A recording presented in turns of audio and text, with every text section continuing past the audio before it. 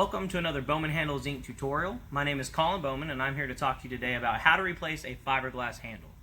So for demonstration purposes, I have a 4-pound sledgehammer and I have a replacement handle like you would find here at Bowman Handles or your local hardware store.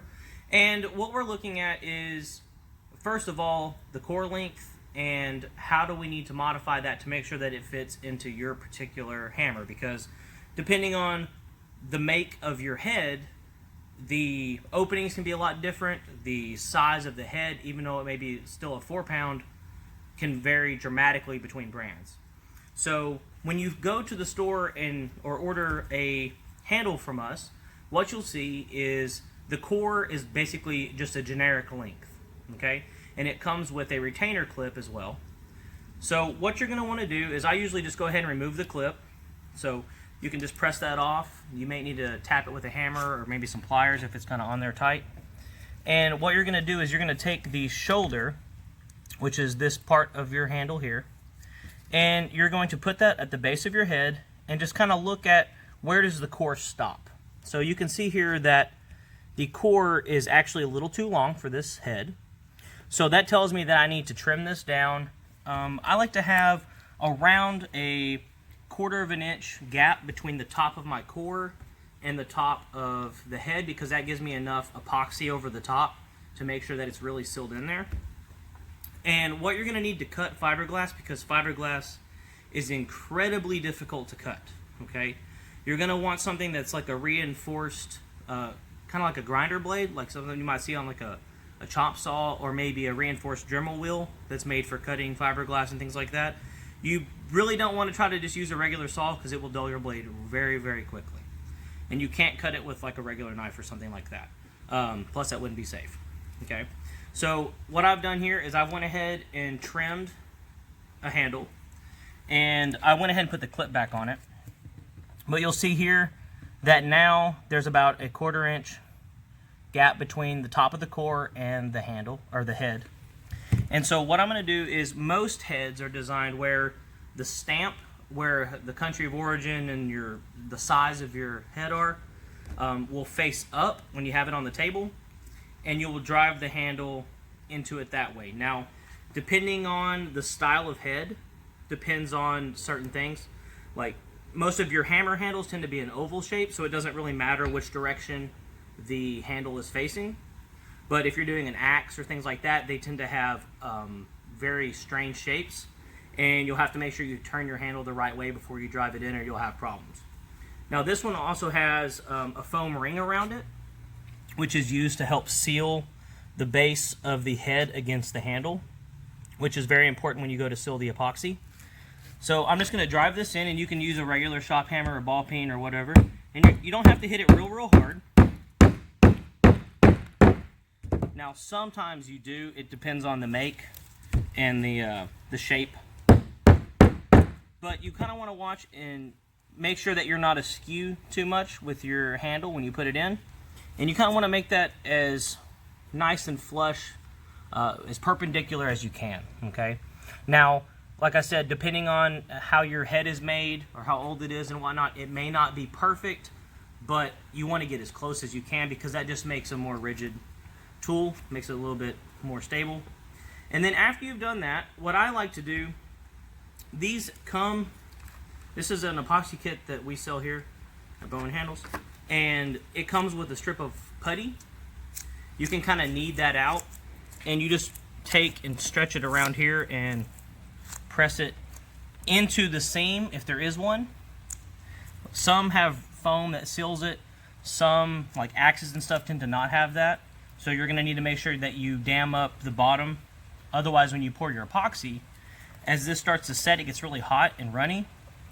And if there is a gap, it will find that gap and it will spill all over everything and make a mess. Now, if that does happen to you, which sometimes, even no matter how much experience you have or how well you think you've sealed it up, it will leak, okay? If that happens, do not try to clean the handle. Let it cure. And then after it is cured, you can literally just kind of pop up the stream, and it will just peel right off the handle, no mess at all. If you try to clean it while it's leaking, it will smear and get everywhere, and you'll never get it clean. it's a nightmare. Okay, so you can use putty to seal that. Since I tend to use a lot of bulk stuff when I'm doing my fiberglass, I like to use hot glue because it's a little faster. So what I do is I just put a bead of hot glue around right here, and you can just kind of watch and see, because certain handles may need a little bit more, a little bit less. You can also do the putty and the hot glue if you have an oddly shaped head. And then once you have that sealed up, kind of let that cool for a second, which doesn't take long, especially in this kind of weather. And then I'm just going to turn that upside down. Don't grab it by the handle because that'll jar that seal loose. And then you need to have a level surface, or as close to level as you can get. And you just want to place your head in there like that, okay? And then you're going to take your 2-part epoxy. Now, this is a little bit different epoxy than what you would see if you're going to be doing like furniture or something like that. So if you've used, say, like Envirotex or something like that, that tends to be really thin epoxy. It's both parts are clear and they mix very easily and very rapidly, and they're very, very runny. This stuff is very viscous. The hardener is kind of hard to work with, so I've already poured that out so you can see what that looks like, and you can see it's like a really thick honey almost. Okay, so this is mixed in a 1-to-1 ratio.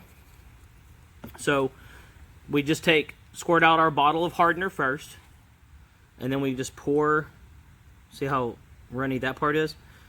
We just pour that in there too. You can just use the tray that it comes in. Pretty much every brand of epoxy, if it's a small pack like this, will come with a plastic tray. And then you can just use a popsicle stick, or in this case, these little paddles that come with it, and try to scrape from the bottom to get that real thick epoxy off, and just kind of swirl it together. And you'll notice that the color starts to change. It goes from a really dark amber to almost like a warm golden honey. It looks very pretty. It also will smell. So I recommend that you wear a mask, like an N95 mask or something like that, to keep the vapors out. But for demonstration purposes in this video, I'm not wearing one because I'm just doing a small batch. And if you have some gloves, definitely do that, because this stuff can be very difficult to clean off. It's kind of messy sometimes.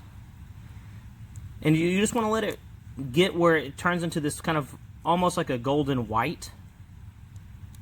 And you have that consistency throughout the entire portion size that you're making. Now this is a little bit too much for this head, but just for demonstration purposes, I just poured out the entire thing. The longer you mix it, it will start to set and it will get runnier as it goes.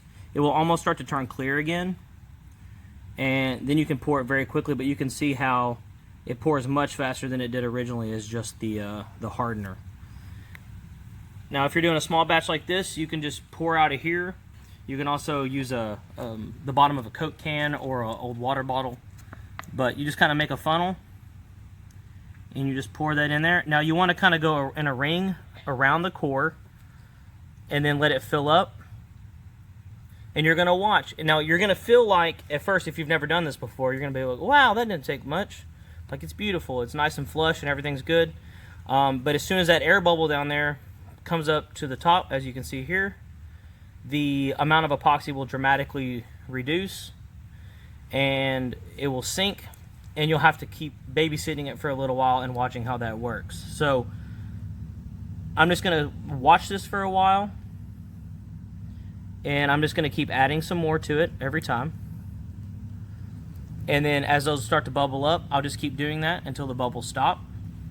You can take a toothpick or something like that and kind of drag through it to kind of help aerate the epoxy a little faster. And you just kind of give it time. You can't be in a hurry, because this stuff is a little bit thicker than your furniture epoxy, so it doesn't come to the surface quite as fast sometimes. So give it a few minutes. Come back, pour a little bit more in there, give it a minute, pour a little bit more in there, and then eventually, right towards the end, you'll know that it's really full, and you'll still have these little bubbles in the top, and you're just going to kind of take your toothpick or something, or even you can use your little paddle, and you're just going to very gently kind of drag through and pop all those bubbles that are on the top, and then you'll let that sit overnight and it will cure, and you can paint that to match your head if you want to, whatever you need to do, and it will be flawless and hard as a rock. Now, one other thing that tends to come up a lot is when you go to replace a fiberglass handle, the handle that broke off originally, because people leave them out in the sun and the fiberglass gets brittle and it ends up breaking sometime when you're using it.